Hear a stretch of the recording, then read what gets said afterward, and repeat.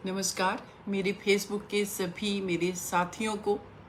हालांकि मैं 15 minute late हूँ, लेकिन कुछ मेरे फेसबुक के साथी जुड़ जाएं, फिर मैं अपनी बात स्टार्ट करती हूँ। कुछ लोग जुड़ने लगे हैं। अगर सभी को मेरी आवाज़ आ रही है, क्लियर आवाज़ आ रही है, तो एक बार मुझे मैसेज में ज़रूर लिख दें। अजय यादव जी जुड़ गए हैं और मेरे बहुत सारे भाई जुड़ गए हैं सडनली। तो हाँ, एक मैं आप लोगों से ज़रूर रिक्वेस्ट करूँगी कि देखिए, मैंने 2-3 दिन से मैं लगातार लिख रही हूँ कि मुझे लाइव आना है। कल Hathras gang rape and murder case का जजमेंट जो है प्रोनाउंस होने वाला है, वर्डिक्ट आने वाला है। इसको लेकर के मैं आप लोगों के बीच आज हूँ। तो आप सभी से मेरा अनुरोध है कि कृपया करके इस लाइव को शेयर ज़रूर करते जाएं। जितने मेरे भाई जुड़े हुए हैं, जितनी मेरी बहनें जुड़ी हुई हैं, जितने भी मेरे सारे दोस्त जुड़े हुए हैं, इसको शेयर ज़रूर करते जाएं। फिर मैं अपनी बात स्टार्ट करती हूँ। उम्मीद है कि आप लोग शेयर भी कर रहे होंगे। देखिए, मेरे बहुत सारे भाई हो सकता है कहें कि दीदी एक बार मेरा नाम ले दें, तो बिल्कुल मैं अभी और भाई जुड़ रहे हैं, मैं सबका तो नहीं। अभिजीत चंद्रा, नमस्ते brother. Abhishek Kumar, good evening, very good evening. Sachchidanand Maurya ji, good evening sister बोल रहे, okay, good evening brother. Manish ji जुड़े हुए हैं, Solanki Mukesh ji, good evening, very good evening all of you. सभी को मेरी तरफ से good evening, very very good evening. और उम्मीद है कि आप सभी लोग स्वस्थ होंगे, अच्छे होंगे। मैं अपनी बात स्टार्ट करती हूँ। फिर अगेन बता रही हूँ, आज इस लाइव आने का जो मकसद है, जो आप लोगों से बात करने का, आपके बीच आने का जो मकसद है, वो ये है कि Hathras gang rape and murder case 14 सितंबर 2020 को हाथरस जिला उत्तर प्रदेश राज्य में एक क्राइम किया गया बेटी के साथ। ये संघर्ष करीब सितंबर 2022 में 2 साल हो गया। अभी फरवरी, आज 1 मार्च है, तो करीब ये 1.25 साल हो चुका है इस क्राइम को हुए। और कल फाइनली इतने संघर्षों के बाद इसमें वर्डिक्ट आएगा। तो एक लाइन में आप लोगों को बताना चाहती हूँ, मुझे बहुत अच्छी लगती है ये लाइन, कि जब मैंने ये केस लिया, मेरे हाथ में ये केस आया, तो लग रहा था कि आसान होगा, शायद दिल्ली में ट्रांसफ़र हो जाए, लेकिन दिल्ली में भी ट्रांसफ़र नहीं हुआ था। हाथरस में दिल्ली से 250 किलोमीटर सारी डेट पर जाकर के मैंने इस केस को लड़ा है। तो शुरुआत में जो लगा कि पथ की सरलता देखकर 2-4 डग जब बढ़ गया, मेरी नज़र के सामने आकर हिमालय अड़ गया। मेरी नज़र के सामने आकर हिमालय अड़ गया। पथ के अथक अभ्यास पर विश्वास बढ़ता ही गया। पथ के अथक अभ्यास पर विश्वास बढ़ता ही गया। और उसी विश्वास को लेकर के आज मैं आप लोगों के बीच हूँ। मुझे पूरा विश्वास है कि कल जो जजमेंट आने वाला है, कल जो वर्डिक्ट आने वाला है हाथरस केस में, उसमें जो अपराधी हैं, जो दोषी हैं, उनको सज़ा ज़रूर मिलेगी। और जिस बेटी के साथ गैंगरेप हुआ था, जिसका मर्डर कर दिया गया, जिसको उत्तर प्रदेश सरकार के द्वारा, उनके सिस्टम के द्वारा फोर्सफुली रात में 2:30 बजे मिट्टी का तेल डाल करके जला दिया गया था, उस बेटी को कल शायद न्याय मिलेगा। आप लोगों को घटना से अवगत कराना चाहती हूँ, इतना आसान नहीं था ये केस लड़ना। 14 सितंबर 2020 को जब ये क्राइम हुआ, तो वो बेटी, आप लोग फेसबुक पर आप जाइए, यूट्यूब पर आप वीडियो देखिए, उस दिन का वीडियो। वो बेटी चंदपा थाने में फर्श पर उसको ज़मीन में लिटाया गया है, बॉडी एकदम पैरालाइज है, जिसमें वो ये बता रही है कि मेरे साथ ज़बरदस्ती की गई, नाम ले रही है एक्यूज्ड का, और उसके साथ ज़बरदस्ती की गई। जब उसने अपने को बचाने की कोशिश की तो उसका गला दबा दिया गया, बोल नहीं पा रही है ठीक से, आवाज़ नहीं उसकी निकल रही। और उसी जगह पर 2 कांस्टेबल खड़े हुए हैं। उसके बावजूद भी सही धाराओं में एफआईआर दर्ज नहीं हुई, और सही धाराओं में एफआईआर ना दर्ज करने की वजह से चंदपा थाने में उस टाइम जो एसआई वर्मा थे उनके खिलाफ सीबीआई ने ही चार्जशीट फाइल की है कि इनकी नेग्लिजेंसी के वजह से सही धाराएं नहीं लगी, और सही धाराएं ना लगने के वजह से मेडिकल नहीं हुआ, शुरुआत में सही से इसमें इन्वेस्टिगेशन नहीं हुआ। तो जो बेटी बता रही है बाद में कि उसके साथ गैंग रेप भी किया गया, मेडिकल में वो चीज़ें स्पर्म वगैरह नहीं पाया गया, ये पुलिस की नेग्लिजेंसी थी। और ये नेग्लिजेंसी चार्जशीट फाइल की गई है, उसको दोषी बनाया गया है चार्जशीट में उत्तर प्रदेश चंदपा थाने की हाथरस की उस पुलिस को। अब आप सोचिए कि एक तरफ ये नैरेटिव बनाया गया था कि ये झूठा केस है और इसमें फॉल्सली इम्प्लीकेट किया गया है। तो एक एक फैक्ट मैं मेरे भाइयों को बताऊंगी, बस अनुरोध है आप शेयर जरूर करते रहें इस लाइव को। 14 तारीख को जब वो बेटी चंदपा थाने में लेटी है, उसने सारी बात बताई, उसके बावजूद भी सही धाराओं में मुकदमा दर्ज नहीं हुआ।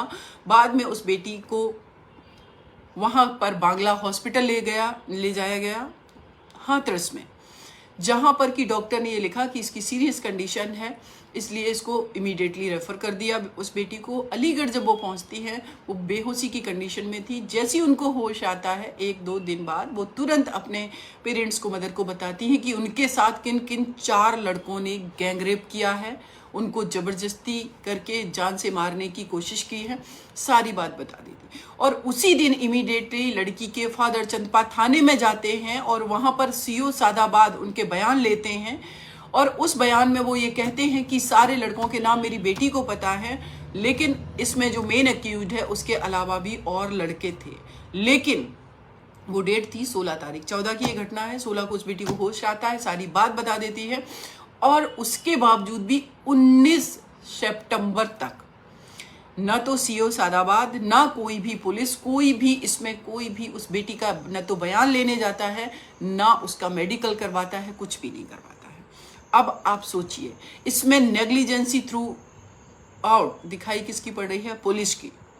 और बाद में एलिगेशन उस परिवार पे ही डाल दिया गया, क्योंकि पुलिस की नेग्लिजेंसी की वजह से जब ये मैटर कुछ लोगों की वजह से हाईलाइट हो गया कि पीड़िता को न्याय नहीं मिल रहा, इस तरीके से दिन दहाड़े खेत में बेटी के साथ, उसके साथ गैंग रेप किया गया, उसके साथ अपराध किया गया, और उसके बावजूद भी इतनी नेग्लिजेंसी, जब लोगों ने ये मुद्दा उठाया तो कहा गया पॉलिटिकल इन्फ्लुएंस का मुद्दा है। जबकि पॉलिटिकल इन्फ्लुएंस का अगर मुद्दा होता तो सीबीआई ने इसमें चार्जशीट फाइल की है, central bureau investigation agency. Salute करती हूँ मैं सीमा पहूजा मैम का, जो इस केस की आईओ थी और जिन्होंने चारों को उस चार्जशीट में दोषी बनाया। और मुझे पूरी उम्मीद है कि कल उन चारों दोषियों को सजा भी सुनाई जाएगी, कल उनका कन्विक्शन भी होगा, कल उनके खिलाफ में जजमेंट भी आएगा। फिर उसके बाद 19 तारीख को जब बयान लिया गया बेटी का, 19 तारीख को भी उस बेटी ने सारी बात बता दी, चारों के नाम ले दिए। उसके बावजूद भी एफआईआर में चारों के नाम नहीं बढ़ाए गए। 22 तारीख को फिर उस बेटी का जब बयान लिया गया तब नाम बढ़ाए गए। उसके बाद ये 22 तारीख को उस बेटी का मेडिकल कर रहे हैं। मेडिकल का मतलब उसकी रेप की जांच भी की जा रही है कि रेप हुआ या नहीं। उस 22 तारीख तक करीब आप जोड़िए कितना दिन हो गया, करीब उधर 6-7-8 दिन हो गए। 8 दिन में आप सीमन ढूंढ रहे हैं। जो उत्तर प्रदेश सरकार, उत्तर प्रदेश प्रशासन में जो एडीजे लॉ एंड ऑर्डर है, वो कह रहे हैं सीमन नहीं पाया गया इसलिए रेप नहीं हुआ, जबकि उनको मुझे लगता है कि अपडेट करना चाहिए था। रेप की डेफिनेशन एक बार 375 आईपीसी को पढ़ना चाहिए कि क्या है। फिर जब 22 को उस बेटी का मेडिकल हुआ, उस मेडिकल में भी इस चीज को उस बेटी ने सारी बात बताई है। वो सेक्सुअल हरासमेंट रिपोर्ट फॉर्म भरा गया है, वो चार्जशीट में एनेक्सिस के फॉर्म में है, जिस पर भी डिस्कशन हुआ है सारा। कोर्ट रूम की मैं बात बता रही हूँ।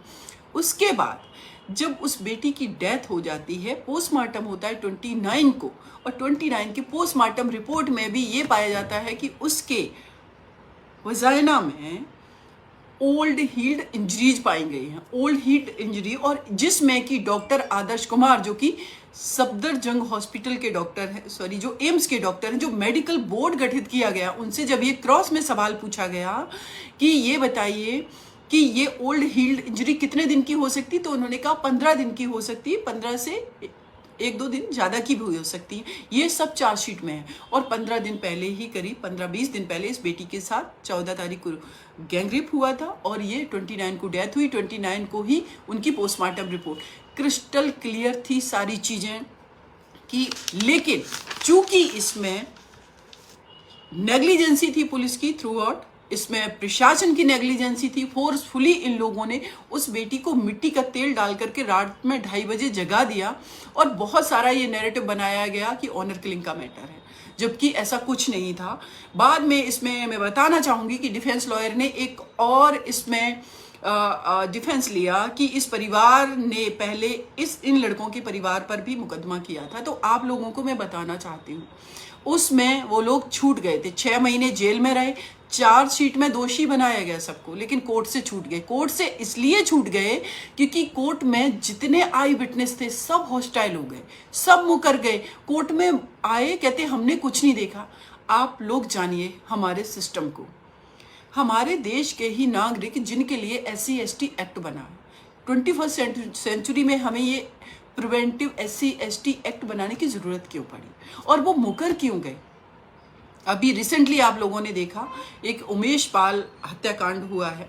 मैं उसके अदर चीज़ों पर नहीं जाना चाहती हूँ, लेकिन मैं ये बताना चाहती हूँ कि कितना मुश्किल है किसी के न्याय के लिए लड़ना, कितना मुश्किल है सच के लिए खड़ा होना। इंसान की जान चली जाती है। उसी चंदपा जो हाथरस डिस्ट्रिक्ट कोर्ट है उसकी मैं बात बताती हूँ। जब इसमें चार्जशीट फाइल कर दी गई, उसके बाद जब इसमें चार्ज फ्रेम हो गया और बयान पर जब ये एविडेंस पर मैटर आया, वो दिन था 5 मार्च 2021 का।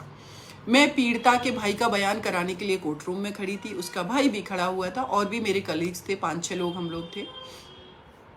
कोर्ट रूम के अंदर 15-20 एडवोकेट आकर के मुझे धमका रहे हैं कि तुम यहाँ हाथरस में मुकदमा लड़ने नहीं आ सकती हो, कौन सीमा समृद्धि कुशवाहा है, हम देख लेंगे, और सब लड़ रहे। मैं अकेले उन लोगों से लड़ रही और मैंने जज साहब को रिक्वेस्ट की कि माय लॉर्ड आपकी कोर्ट में ये हो क्या रहा। इमीडिएटली मैटर को अर्जेंट किया गया।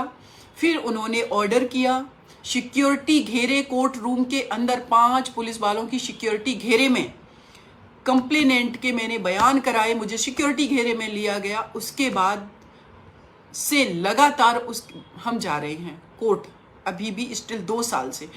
जब इस चीज का ये जो घटना कोर्ट रूम के अंदर हुई, इसमें कोई एक्शन नहीं लिया गया। जब हमने हाई कोर्ट लखनऊ में IA फाइल किया तो 2-3 चीजें हुई कि वहां पर सिक्योरिटी बढ़ा दी गई, जो वहां पर जज साहब थे उनका ट्रांसफर कर दिया गया, और जो डिस्ट्रिक्ट जज थे वो प्रोबेबली मुझे लगता है कि वो हाई कोर्ट के जस्टिस बनते, लेकिन उनका डिमोशन करके उनको ट्रिब्यूनल में भेज दिया गया। इतना हुआ।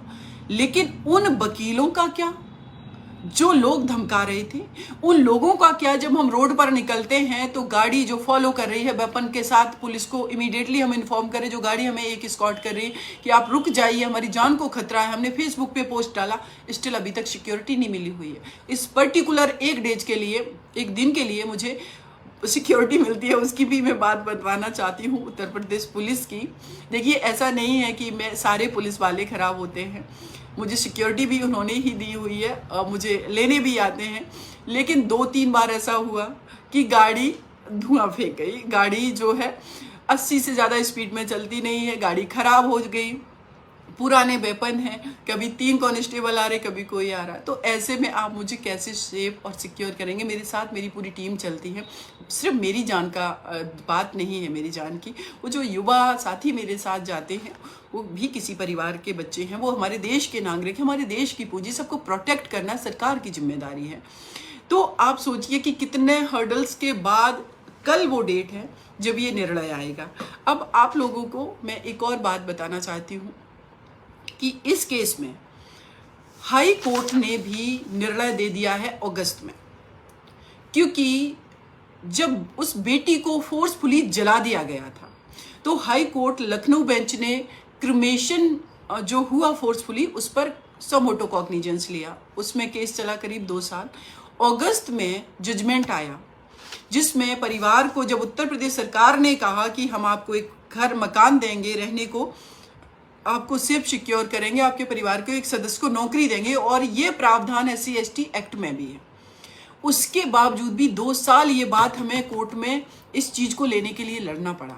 और कोर्ट ने अगस्त 2022 में जजमेंट भी दे दिया, फेवर में जजमेंट दिया कि परिवार को रिलोकेट कर दिया जाए, क्योंकि परिवार अभी भी वहां पर सुरक्षा का खतरा बना हुआ है। उनकी सुरक्षा अभी भी स्टिल CRPF वहां पर डिप्लॉयड है। परिवार सब्जी खरीदने भी जाता है तो CRPF साथ में जाती है। उनके पूरे फंडामेंटल राइट का वायलेशन है। 3 परिवार के सदस्य हैं, तीनों परिवार के सदस्य जो मेल मेंबर हैं, एक भी व्यक्ति नौकरी नहीं कर पा रहा। जो कंपनसेशन का पैसा मिला वो सारा पैसा खर्च लगातार हो रहा है, और वो परिवार अभी सिक्योरिटी घेरे में है। तो मेरी कोर्ट से ये रिक्वेस्ट थी लखनऊ हाई कोर्ट बेंच में कि क्यों ना उनको रिलोकेट कर दिया जाए आप। तो उन्होंने रिलोकेशन का ऑर्डर भी किया और उत्तर प्रदेश सरकार को कहा कि इनको रिलोकेट करिए आप, और साथ ही साथ परिवार के एक सदस्य को, जो आपने प्रॉमिस किया था, गवर्नमेंट नौकरी भी दीजिए। अभी तक नौकरी नहीं दी गई, अभी तक इन्होंने इन्फोर्स नहीं किया उस जजमेंट को। और ये उत्तर प्रदेश सरकार का एक है कि जब तक डिस्ट्रिक्ट कोर्ट में जो चल रहा है क्रिमिनल केस, SC/ST एक्ट में 376D में, 302 IPC 34 में, जब तक वो डिसाइड नहीं होगा, तो चलो कल वो भी डिसाइड हो जाएगा और अगली डेट में सजा भी सुनाई दी जाएगी। तो क्या ऑनेस्टली उत्तर प्रदेश सरकार इस परिवार के साथ बिना बायस्ड हुए न्यूट्रल तरीके से निर्णय करेगी? कोर्ट से हम जीत रहे हैं, लगातार जीत रहे हैं, क्योंकि फैक्ट कोर्ट में रखे गए। आप लोगों ने अपने आप को बचाने के लिए, कि आप मीडिया में सारी चीजें चल गई कि क्या किया है उत्तर प्रदेश सरकार ने, उन चीजों को बचाने के लिए आपने एक अलग र्यूमर फैला दिया। लेकिन पन्ने कभी झूठ नहीं बोलते, फैक्ट झूठ नहीं बोलते, फॉरेंसिक रिपोर्ट झूठ नहीं बोलती। ये सारे बयान है, उस पीड़िता का डाइंग डिक्लेरेशन है। बहुत लंबी बहस चली, और मैं शुक्रिया अदा करूंगी CBI वाले वकील साहब अनुराग मोदी सर का भी, जिन्होंने बहुत कोऑपरेट किया है। हम लोगों ने मिल करके इस केस को हम इस लेवल पे पहुंचाए। आप लोगों से साथियों मैं एक और बात कहती हूँ, अगर पॉलिटिकल इन्फ्लुएंस नहीं हुआ, अगर राजनीतिक हस्तक्षेप जैसा कि होता है, इन जनरली होता है, लेकिन बहुत सारे मैटर्स में होता है, इसको हम डिनाई नहीं कर सकते हैं। बहुत सारे एडिटोरियल उठा करके देखिए, बहुत सारी चीजें आप देखिए, होता है। अगर वो नहीं हुआ तो मुझे पूरा विश्वास है कि मनीषा वाल्मीकि के दोषियों को सजा जरूर मिलेगी, क्योंकि इस देश की 49-50% महिलाओं की आबादी है। हमारी बेटियां खेतों में काम नहीं कर सकती, हमारी बेटियां बसों में सुरक्षित नहीं हैं, स्कूल में सुरक्षित नहीं है। एक बेटी थी अंकिता तोमर, झारखंड का केस है, अपने घर में लेटी हुई थी, उस लड़के ने खिड़की से मिट्टी का तेल डाल करके जला दिया।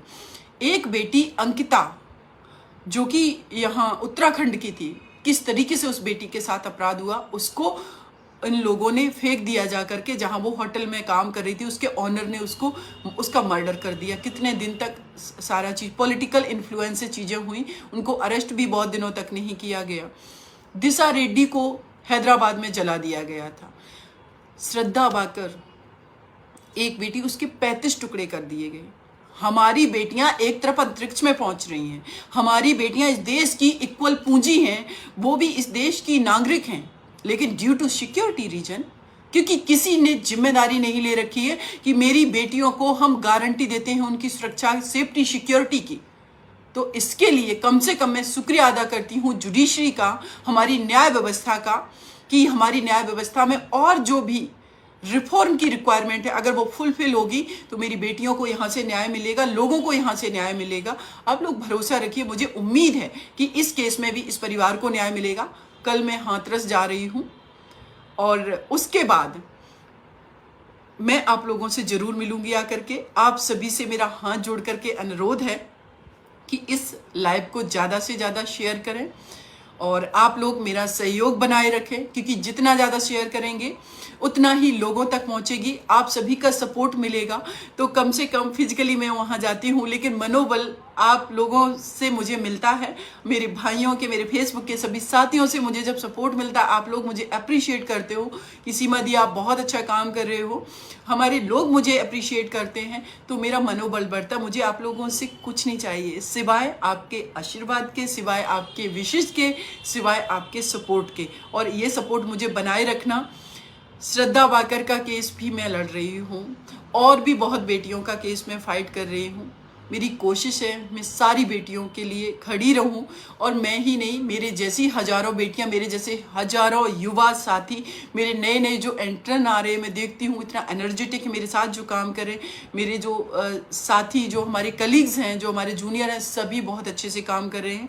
ये देश वाकई में युवाओं का देश है, और युवा ही आगे ले जाएंगे। मुझे पूरी उम्मीद है कि कल हमारी बेटी मनीषा वाल्मीकि के साथ भी न्याय होगा, और ऐसी हमारी हजारों बेटियां, चाहे अंकिता तोमर हो, चाहे श्रद्धा वाकर हो, या दिल्ली में 9 साल की बच्ची गुड़िया हो, या उत्तराखंड की अंकिता हो, किसी भी देश की किसी भी कोने की कोई भी बेटी हो, वो सुरक्षित होगी, वो जुडिशरी पर भरोसा करेगी। मुझे विश्वास है मेरे चीफ जस्टिस ऑफ इंडिया पर भी कि वो और भी बेटियों के लिए कितना कंफर्टेबल, एडवोकेट्स के लिए, और किस तरीके से चीज़ें हो सकती है प्रोसीजर में जो उनको फेवर करेंगे, ऐसे कानून बनेंगे, ऐसे जजमेंट भी प्रोग्रेसिव आएंगे। तो आप सभी का बहुत बहुत शुक्रिया। और एक लाइन, आजकल मुझे एक कविता बहुत पसंद है, संघर्ष भरा जीवन तेरा संघर्षों से घबराना नहीं, संघर्ष भरा जीवन तेरा संघर्षों से घबराना नहीं, जब रात हो काली तो समझो होने वाली है सुबह नहीं। जीवन के इस रण में तुमको विश्वास अटल रखना होगा, 100 बार गिरो फिर भी उठना, तेरा लक्ष्य भेद सुनिश्चित होगा, तेरा लक्ष्य भेद तभी होगा। अग्निपथ सा है ये जीवन, अग्निपथ सा है ये जीवन, तू निर्भीक निडर होकर चल, तू निर्भीक निडर होकर चल, चरण पखारेगी मंजिल, विजय सुनिश्चित होगी तेरी, विजय सुनिश्चित होगी तेरी। जय हिंद, जय भारत साथियों। आप सभी लोग अपना ख्याल रखें, कल का इंतजार करें। जिस बेटी को जब रात में लोग जलता हुआ देख रहे थे, उत्तर प्रदेश सरकार ने 2:30-3 बजे रात को उसको, उनके प्रशासन ने जब जलाया था, पूरा देश एक तरीके से रो रहा था कि कैसे उस बेटी से उसके परिवार का अंतिम जो लास्ट रिचुअल्स है उनका भी अधिकार छीन लिया था, परिवार का अंतिम संस्कार का अधिकार छीन लिया था। सब चाह रहे थे उसमें न्याय हो। एक बेटी थी तनुश्री पांडे, उसने जाकर के वहाँ रिपोर्टिंग 2:30-3 बजे रात को मेरी बेटियां कर रही थी। आप लोगों ने देखा, खेतों से भाग भाग करके मेरी बेटियां जाकर के इस केस को कवर कर रही थी। मैं भी वहाँ गई थी, एडीएम से लड़ाई हुई थी।